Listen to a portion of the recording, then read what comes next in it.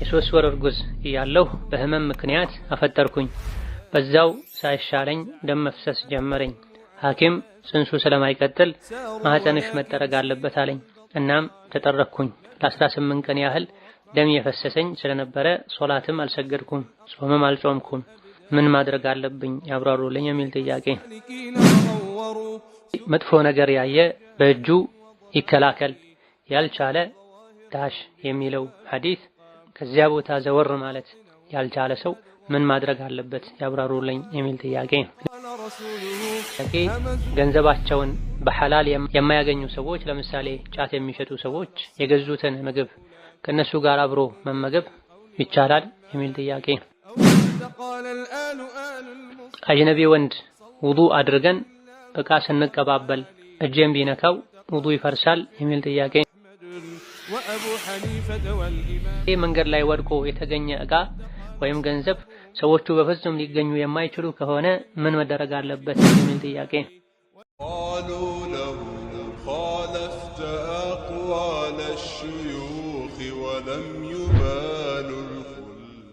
ሰላሙ አለይኩም ወረሕመቱላሂ ወበረካቱሁ። አልሐምዱሊላህ ወሰላቱ ወሰላሙ ዐላ ኸይሪ ኸልቂላህ ሙሐመድ ብን ዐብድላህ ወዐላ አሊሂ ወአስሐቢሂ ወመን ዋላህ። اللهم لا علم لنا إلا ما علمتنا إنك أنت العليم الحكيم يا معلم آدم وإبراهيم علمنا ويا مفهم سليمان فهمنا وأعوذ بك اللهم أن أقول فيك ما ليس لي به علم فأضل وأضل أما بعد ዛሬ ከምናያቸው ጥያቄዎች የመጀመሪያው ዲን ላይ ብዙ ሐዲሶች እንደዚህ የሰራ ጀነት ገባ፣ እንደዚህ የሰራ ጀሃነም ገባ የሚሉ ሐዲሶች እሰማለሁ። ከተውሂድ ውጪ እና አንድ ሰው ወንጀል ላይ ወድቆ አላህ ያገራለትን ያክል ጥሩ ስራ ቢሰራ ስራው ተቀባይነት የለውም ማለት ነው ያብራሩልኝ የሚል ጥያቄ ነው። ጥያቄው ውስጥ ከተውሂድ ውጪ የሚለው ብዙ ግልጽ አይደለም። በተከሎ ያለ ተውሂድ ጀነት መግባት የለም፣ ከተውሂድ ጋር ጀሃነም ውስጥ መዘውተር የለም። ያለ ተውሂድ ያለ ኢማን ያለ ኢስላም በምንም መልኩ ጀነት መግባት የለም።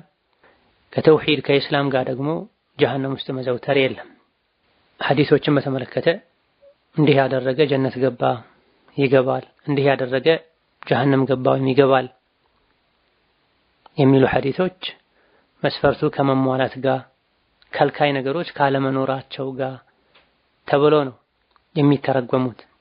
ስለዚህ እንዲህ አይነት ኸይር ስራ የሰራ ሰው ጀነት ይገባል ከተባለ ሌሎች ጀነት ለመግባት የሚያስፈልጉ ነገሮችን ካሟላ ለአላህ ብሎ ከሰራው በነብዩ ሱና መሰረት ከሰራው፣ እንደዚሁ ደግሞ ጀነት እንዳይገባ የሚከለክሉ ነገሮች ከሌሉ፣ ሽርክ ከሌለ፣ የሚያከፍር ተግባር ከሌለ፣ ስራ የሚያበላሹ ነገሮች ካልገጠሙት፣ ስራው ተቀባይነት ካገኘና ስራ ተቀባይነት እንዲያገኝ መሟላት ያለባቸው ነገሮች ከተሟሉ ይባላል።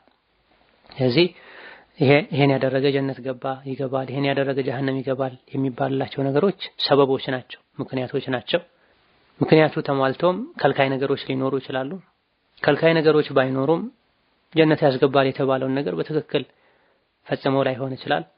እንደ ጥቅል ግን ጀነት ያስገባሉ ተብሎ የተነገረላቸው ማናቸውም በቁርአን በሐዲስ የተነገሩ ነገሮች መስፈርቱ ከተሟላ ጀነት ያስገባሉ እንላለን። ጀሃነም ያስገባል ተብሎ የተነገረለት ወንጀል እንደ ጥቅል ጀሃነም ያስገባል ብለን እናምናለን። ከዛ በኋላ ጀሃነም እንዳይገቡ የሚያደርግ ምክንያት ተገኝቶ ደግሞ ጀሃነም መግባቱ ሊቀር ይችላል። እንደዚሁ ደግሞ ጀነትም ይሁን ጀሃነም መግባት ሁለት አይነት ነው።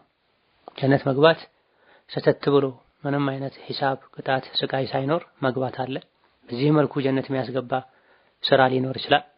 ከፊቱ መቀጣት የሚቀድመው ጀነት መግባትም ይኖራል። የተወሰነ ጊዜ በወንጀሉ ተቀጥቶ ከዛ በኋላ ጀነት ይገባል። ይሄን ያደረገ ጀነት ይገባል ሲባል አንዳንዴ ምንም አይነት እንግልት ሳይገጥመው ቀጥታ ጀነት ይገባል ማለት ሊሆን ይችላል። ሌላ ጊዜ ደግሞ ሙእሚን በመሆኑ ሙስሊም በመሆኑ የሆነ ጊዜ ላይ መግባቱ አይቀርም። አንዳንድ ወንጀሎች ኖረውበት በወንጀሉ በእሳት ቢቀጣም ዞሮ ዞሮ ግን መጨረሻ ላይ ከእሳት ወጥቶ ጀነት ይገባል ማለት ነው። ላኢላሃ ኢለላህ ያለ ሙስሊም ሆኖ የሞተ በሙሉ የጀነት ነው ይባላል። ወይም ቀጥ ብሎ ጀነት ይገባል ኢማኑን ተውሂዱን ካሟላ መልካም ስራ ይዞ ከሄደ፣ በቂ መልካም ስራ ይዞ ከሄደ፣ ከወንጀል ሙሉ በሙሉ ንጹህ ሆኖ አላህ ፊት ከቀረበ ማለት ነው። ሌላ ጊዜ ደግሞ ላኢላሃ ኢለላህ በማለቱ ሙስሊም በመሆኑ ብቻ ጀነት መግባቱ አይቀርም። ነገር ግን ሌሎች ብዙ ጥፋቶች ስላሉበት በእሳት ሊቀጣ ይችላል። ወከዛሊክ እሳት መግባትም ሁለት አይነት ነው። በጊዜያዊነት መግባት አለ። ከሽርክ በታች ከኩፍር በታች ባሉ ጥፋቶች ምክንያት ገብቶ ተቀጥቶ መውጣት አለ፣ በቋሚነት መግባት አለ በኩፍርና በሽርክ ምክንያት። ይሄን ያደረገ ጀሀነም ይገባል ከመባሉ ጋር አንዳንዴ ሰከራተል መውት ላይ በሚገጥም የሞት ስካርና ስቃይ ምክንያት አሊያ ደግሞ ጀናዛ ላይ ሰዎች ሲሰግዱ ባደረጉት ዱዓ ምክንያት መግባቱ ሊቀር ይችላል። በጥቅሉ እሳት ውስጥ ገብቶ የሚዘወተረው ጭራሽ ጀነት ውስጥ እንዳይገባ የሚደረገው ካፍር ነው፣ ሙሽሪክ ነው። ጀነት መግባት የሚችለው ሙእሚን ሙስሊም የሆነ ሰው ብቻ። ሌላኛው ጥያቄ መጥፎ ነገር ያየ በእጁ ይከላከል ያልቻለ ዳሽ የሚለው ሐዲስ ከዚያ ቦታ ዘወር ማለት ያልቻለ ሰው ምን ማድረግ አለበት ያብራሩልኝ የሚል ጥያቄ ነው። ነቢያችን ሰለላሁ ዐለይሂ ወሰለም ከእናንተ ውስጥ መጥፎን ነገር ያየ በእጁ ያስወግድ፣ አቅም ካለው ስልጣን ካለው። ይሄን ያልቻለ በምላሱ ያውግዝ፣ ተው አላህን ፍሩ ይሄ ወንጀል ነው ይበል። ይሄንንም ማድረግ ያልቻለ ማድረጉ ለህይወቱ የሚያሰጋው ትልቅ አደጋ ችግር የሚያስከትልበት ከሆነ አሊያ ደግሞ ነገሩን የሚያባብሰው ከሚያወግዙት የባሰ ወንጀል ላይ እንዲወድቁ የሚያደርግ ከሆነ በሶስተኛ ደረጃ ፈቢቀልቢሂ በልቡ ይጥላ ብለዋል። በልቡ ጠልቶ ከቦታው ዞር ማለት የቻለ ዞር ይላል። ዞር ማለት ያልቻለ በልቡ መጥላቱ ብቻ በቂ ነው። ከስራው ራሱን ካጠራ ካልተሳተፈ በልቡ ከጠላ በቂ ነው። በልብ ከመጥላት ጋር ፊት ላይ አንዳንድ እንቅስቃሴና ሁኔታዎች ላይ መግለጽ የሚቻል ከሆነ በምላስ የመናገሩን ያክል ችግር ማያስከትል ከሆነ ያን መጨመር መልካም ነው። ይሄን መጨመር ማይቻል ከሆነ የመጨረሻ ደረጃ ያደረጉት ነብዩ ሰለላሁ ዐለይሂ ወሰለም ፈኢን ለም ይስተጢዕ ፈቢቀልቢሂ በልቡ ይጥላን ያሉት መጥላቱ ብቻ በቂ ነው። ማስወገድ ወይም ካልተቻለ ከዛ ቦታ ራስን ዞር ማድረግ ቢቻል መልካምና በላጭ ነው። ቢችሉ ለማስወገድ ካልሆነም ዞር ለማለት ከመወሰን ጋር ከመፈለግ ጋር ዞር ማለት ካልቻሉ በልብ ብቻ መጥላቱ በቂ ነው። ሌላኛው ጥያቄ የመስጂድ ዚያራ እያሉ ከጠዋቱ 1 ሰዓትና ማታ ከኢሻ በኋላ በየቤቱ የሚዞሩ ሰዎች አሉ። ይህ እንዴት ይታያል የሚል ጥያቄ ነው።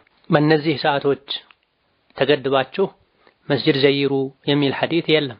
5 ወቅት ሶላትን መስጂድ መቀመጥ መመላለስ ማብዛት የኢማን ምልክት ነው በጥቅሉ።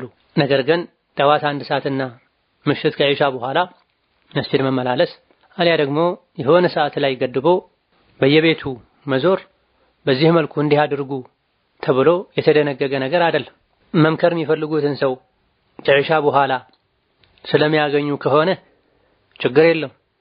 እንደ ተንዚም ከሆነ ጠዋትም ላይ 1 ሰዓት ላይ የሚሰጥ ትምህርት ስለሆነ መስጂድ የሚካሄደው ይሄን ችግር የለም። ነገር ግን እነዚህ ነገሮች ሳይኖሩ ሆን ተብሎ በቋሚነት ጠዋት 1 ሰዓት ላይ መስጂድ መዘየር ከኢሻ በኋላ የዞሩ የሰው ቤት መዘየር የሚል ነብዩ ሰለላሁ ዐለይሂ ወሰለም ወይም ሱሐቦች ያስቀመጡት አሰራር የለም። ምናልባት ይሄ ከተብሊግ ፍርቃ ወይም ጀማዓ ጋር የተያዘውን አይነት አሰራር ማለት ተፈልጎ ከሆነ አካሄዱ ራሱ ሙሉ በሙሉ በነቢ ዘመን ማይታወቅ በሱሐቦች ዘመን ማይታወቅ ከመሆኑ አንፃር እንዲህ አይነቱ ነገር በተብሊግ አካሄድ አሰራር መሰረት ከሆነ የሚደረገው ሱና አይደለም።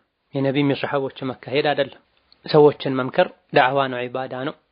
ዒባዳን ነቢ ሱሐቦች ባደረጉት መልኩ ነው ማድረግ ያለብን። አልፎ አልፎ ሰው የሚገኘው በዚህ ሰዓት ስለሆነ መሄዱ የሚመቸው 1 ሰዓት ላይ መስጂድ ሄዶ ቁርአን መቅራት ዕልም መቅራት ስለሆነ ብቻ ከሆነ የሚደረገው ችግር አይኖርም። ነገር ግን በቋሚነት ዒባዳ ነው፣ ሱና ነው፣ ዲን ነው፣ በዚህ መልኩ እነዚህ ነገሮችን ማከናወን አጅር ያስገኛል ብሎ ማድረግ ታስቦ ተፈልጎ ከሆነ የሚደረገው የለም። ነቢም ሱሐቦችም አላደረጉትም። ነቢና ሱሐቦች ያላደረጉትም ማድረግ ዲን ላይ ቢድዓ ይባላል። ሌላኛው ጥያቄ ገንዘባቸውን በሐላል የማያገኙ ሰዎች ለምሳሌ ጫት የሚሸጡ ሰዎች የገዙትን ምግብ ከነሱ ጋር አብሮ መመገብ ይቻላል የሚል ጥያቄ ነው። ይህን ከማድረግ መታቀቡ በላጭና የተሻለ ነው።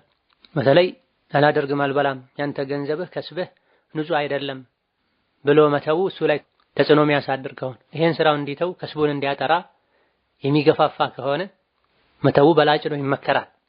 ከተለያዩ ምክንያቶች አንፃር መብላቱ አስፈላጊ ሆኖ ከተገኘ ወይም ግዴታ ከሆነ መብላት ይቻላል። የሐራሙን ከስብ ለኛ ብቻ ሲል እስካልሰራው ድረስ ለኛ ብቻ ብሎ ሰርቆ እስካላመጣ ድረስ እሱ አምኖበት ስራዬ ነው ኖሮዬ ነው ብሎ የሚሰራው ነገር እስከሆነ ድረስ በወንጀሉ የሚጠየቀው እሱ ነው። ከሱ ወደኛ የተላለፈበትን መንገድ እንጂ የምናየው ወደሱ እጅ የገባበትን መንገድ አናይም። ወንጀል ነው፣ እናወግዛለን፣ እንመክራለን። ከሱ ወደኛ የደረሰው በመቀማትም በማታለልም እስካልሆነ ድረስ ፈቅዶ ራሱ ጋብዞ እስካበላ ድረስ መብላቱ ራስ ሰርቆ እንደመብላት ሐራም ከስቦ እንደመብላት ነው ይባል። በወንጀሉ እሱ ነው የሚጠየቅበት። ነገር ግን ድርጊቱን ከማውገዝ ጋር በዚህ እንደማይስማሙ ከመግለጽ ጋር መሆን አለበት። ነቢያችን ሰለላሁ ዐለይሂ ወሰለም አይሁዶች ምግብ ጋብዛዋቸው እንደበሉ ተነግሯል። እንደሚታወቀው አይሁዶች ወለድ ይበላሉ፣ ጉቦ ይበላሉ፣ የተከለከሉ ግብይቶችን ይገበያያሉ፣ መሸጡ ማይቻልን ነገር ይሸጣሉ። ከመሆኑም ጋር ነብዩ ሰለላሁ ዐለይሂ ወሰለም እነሱ ምግብ በልተዋል። በዑመር ዘመን ግብር የሚከፍሉ የተለያዩ የኩፍር መንገድ ላይ ያሉ ሰዎች ነበሩ። ኸምር የተጠቀሙ የተለያዩ ማይቻሉ ነገሮችን ያደረጉ ከተገኘው ገንዘብ ግብር ይቀበሏቸው ነበር። ስለዚህ በላጩ አለማድረግ ነው። ለኛ ብሎ እስካላደረገው ድረስ ራሱ አምኖበት ኖሮይ ብሎ ካዘጋጀው ምግብ ከሆነ የሚበላው ችግር የለውም። ተርቦ ተገዶ ሲበላና አማራጭ ያለው ሰው ሲሆን ሁኔታው ይለያያል። እንደዚሁ ደግሞ ብቸኛ ገቢው እንደዚህ አይነት ሐራምና የተከለከለ ነገር ሲሆንና የተገላገለ የገቢ ምንጭ ያለው ሲሆን ይለያያል። ሁሉንም ከፋፍሎ ማየትም ይቻላል። በጥቅሉ ግን ሐራም የሆነው ለሱ ነው በዚህ መልኩ መስራቱ። እሱ በእጁ ካረገ በኋላ ግን ካፍር የሆነ ሰው፣ ዲን የሌለው ሰው፣ ከስቡ ሙሉ በሙሉ ንጹህ ያልሆነ ሰው ምግብ ቢጋብዝ ቢቻል አለመብላት መልካም ነው። መብላቱ አስፈላጊ ከሆነ ጥቅም ካለው እንድመልሰው እድል ይፈጥርልኛል። አሊያ ደግሞ ዝምድናና መሰል ነገሮች የሚያስተሳስር ሆኖ እሱ ጋር በሄዱ ቁጥር አልበላም ማለት፣ ከእሱ ጋር በተገናኙ ቁጥር ያንተን አልበላም ያንቺን አልበላም ማለት ዝምድናን ለመቁረጥ ሰበብ የሚሆን ከሆነ በወንጀሉ እሱ ይጠየቅበት። በስጦታ መልኩ ምግቡ የቀረበለት ሰው መጠቀም ይቻላል የሚለው አስተያየት ከማስረጃ አንፃር ጠንካራ ነው። በምንም መልኩ ከስቡ ሐራም የሆነውን ሰው ምግብ መብላት አይቻልም የሚል አቋም እንዳለ ሆኖ ነገር ግን ቀደም ሲል ከጠቀስናቸው ምክንያቶች ማስረጃዎች አንፃር መብላቱ ሐራምና ወንጀል አይደለም ማለት ይቻላል። ሌላኛው ጥያቄ የዶሮ ኩስ ይነጅሳል ወይስ አይነጅስም? ማናቸውም ስጋቸው የሚበላ እንስሳት ኩሳቸው፣ ፋንዲያቸው፣ ሽንታቸው አይነጅስም። ኩስና ፋንዲያው፣ ሽንቱ የሚነጅሰው ስጋው የማይበላ እንስሳ ነው። የአህያና መሰል ሐላል ያልሆኑ እንስሳት። በተረፈ የከብት፣ የበግ፣ የፍየል፣ የዶሮ ኩስና ፋንዲያ አይነጅስም። ነቢያችን ሰለላሁ ዐለይሂ ወሰለም ለታመሙ ሰዎች የግመል ሽንትን ከወተት ጋር ቀላቅለው ጠብ አድርገው እንዲጠጡ እንደመከሩ የሚያሳዩ ሶሒህ ሐዲሶች አሉ። ነጃሳ ቢሆን ሐራም ይሆናል። ሐራም በሆነ ነገር ደግሞ ፈውስ እንደሌለ ነቢያችን ተናግረዋል። የግመል ሽንት ቢነጅስ አይጠጣም። የግመል እንደማይነጅሰው ሁሉ ለመድኃኒትነት አገልግሎት አይሰጥም። የግመል እንደማይነጅሰው ሁሉ የከብት፣ የበግ፣ የፍየል፣ የዶሮም በጥቅሉ ስጋው የሚበላ እንስሳ አይነጅሰም ይባላል። ሻፊዒዮች ይነጅሳል የሚል አቋም አላቸው። ነገር ግን ከማስረጃ አንፃር ግልጽና ጠንካራው አይነጅስም የሚለው። የበጎች ማረፊያ ላይ መስገድንም ነብዩ ሰለላሁ ዐለይሂ ወሰለም ፈቅደዋል። የግመል ማረፊያ ላይ አትስገዱ ብለዋል ነብይ የሚል ነው አንዱ መከራከሪያ ይነጅሳል የሚሉ ሰዎች። የግመል ማረፊያ ላይ አትስገዱ የተባለው ግመል የተፈጠረው ከሸይጣን ነው ወይም ከግመል ጋር ሸይጣን አለ ስለተባለ ነው። በአንድ በኩል የበግ ማረፊያ ላይ መስገድ ተፈቅዷል። ስለሚነጅስ ቢሆን የበግም ይከለከል ነበር። የግመል ማረፊያ ላይ የተከለከለው ፋንዲያው ስለሚነጅስ ሳይሆን አብሮ ሸይጣን ስላለ አካባቢው ላይ ሸይጣን ስለሚኖር ነው። ስለዚህ ማናቸውም ስጋቸው የሚበላ እንስሳት ሽንታቸው፣ ኩሳቸው አይነጅስም። ሌላኛው ጥያቄ የ3 ወር እርጉዝ እያለሁ በህመም ምክንያት አፈጠርኩኝ። በዛው ሳይሻለኝ ደም መፍሰስ ጀመረኝ። ሐኪም ጽንሱ ስለማይቀጥል ማህፀንሽ መጠረግ አለበት አለኝ። እናም ተጠረኩኝ። ለ18 ቀን ያህል ደም የፈሰሰኝ ስለነበረ ሶላትም አልሰገድኩም፣ ጾምም አልጾምኩም። ምን ማድረግ አለብኝ ያብራሩልኝ የሚል ጥያቄ።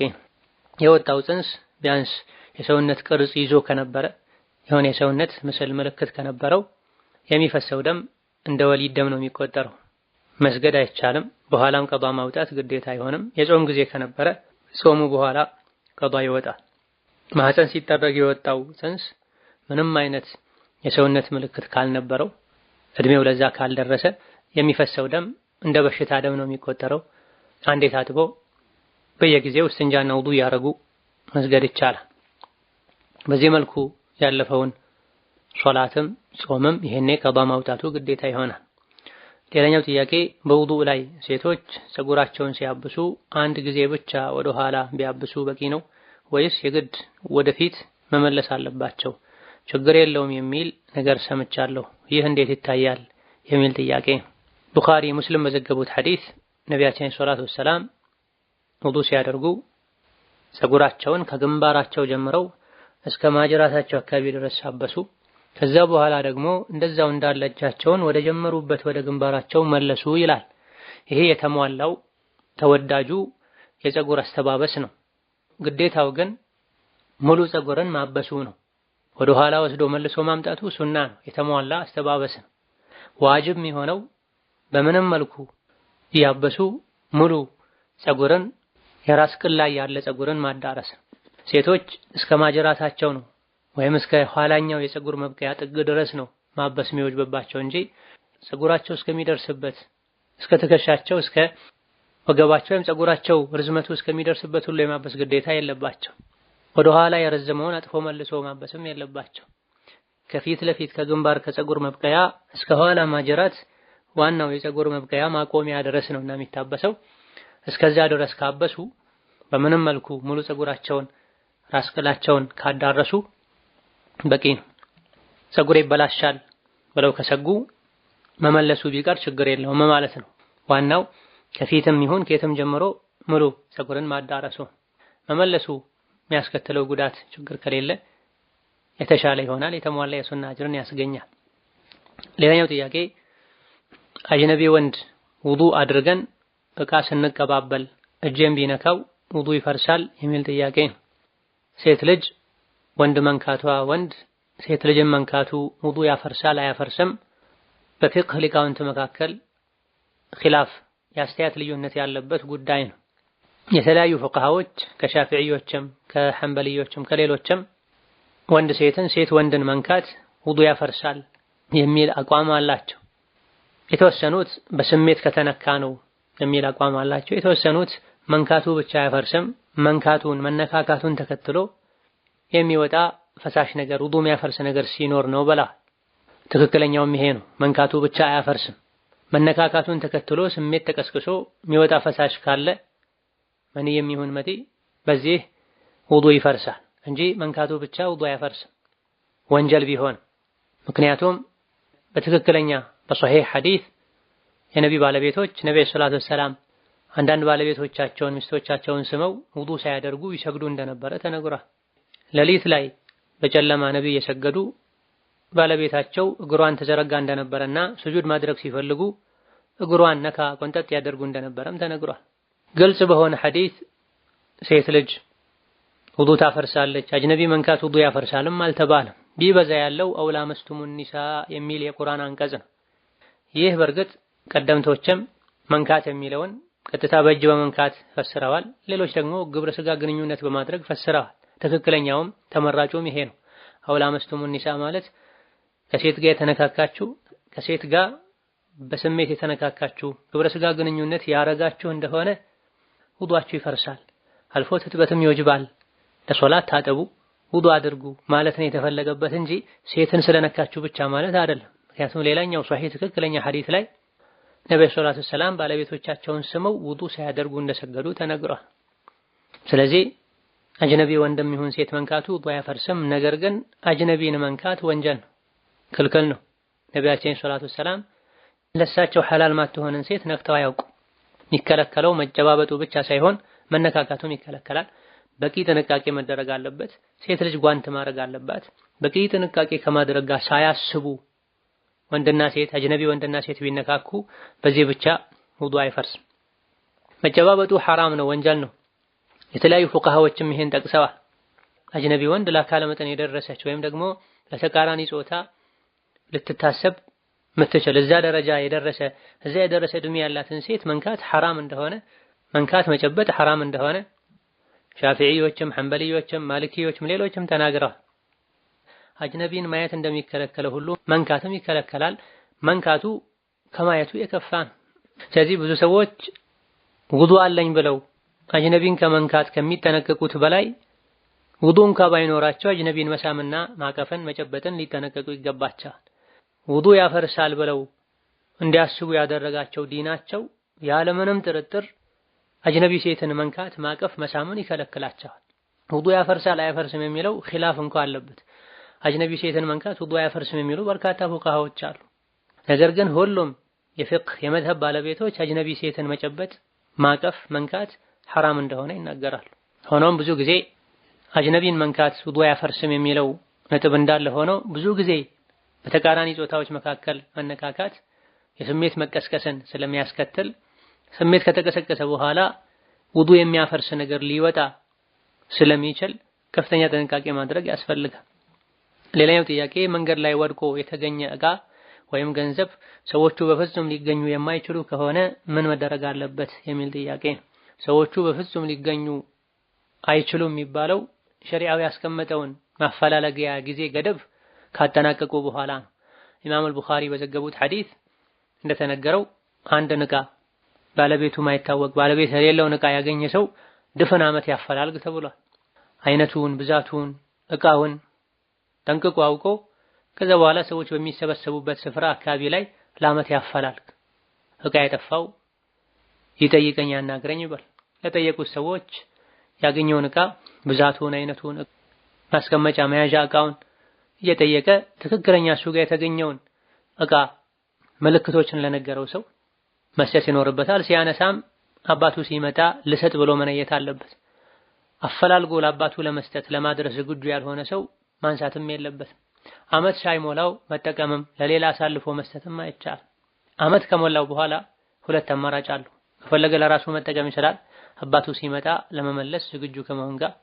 ካልሆነ ደግሞ ለአቅመ ደካማ ለምስኪን መስጠት ይቻላል። ስለዚህ በፍጹም ሊገኝ የማይችል ከሆነ የሚባለው ዓመት ሙሉ ካፈላለጉ በኋላ ነው። ከዛ በኋላ ዓመት ከሞላው ከፈለጉ ለራስ መጠቀም፣ ካልሆነ ለምስኪን መስጠት ይቻላል። ለራስ ከተጠቀሙት ሲመጣ ዋጋውን መመለስ ግዴታ ይሆናል። ለምስኪን ከሰጡ ለምስኪን ሰጥቼዋለሁ አጅሩ ለአንተ እንዲሆን ብዬ፣ ካልፈለክ አጅሩ ለኔ ይሆናል ዋጋውን ሰጥሃለሁ ይባላል። هذا والله تعالى أعلم። ለዛሬ በዚህ እናበቃለን። የተቀሩትን ሌላ ጊዜ እንመልሳለን بحول الله وقوته። والسلام عليكم ورحمة الله وبركاته.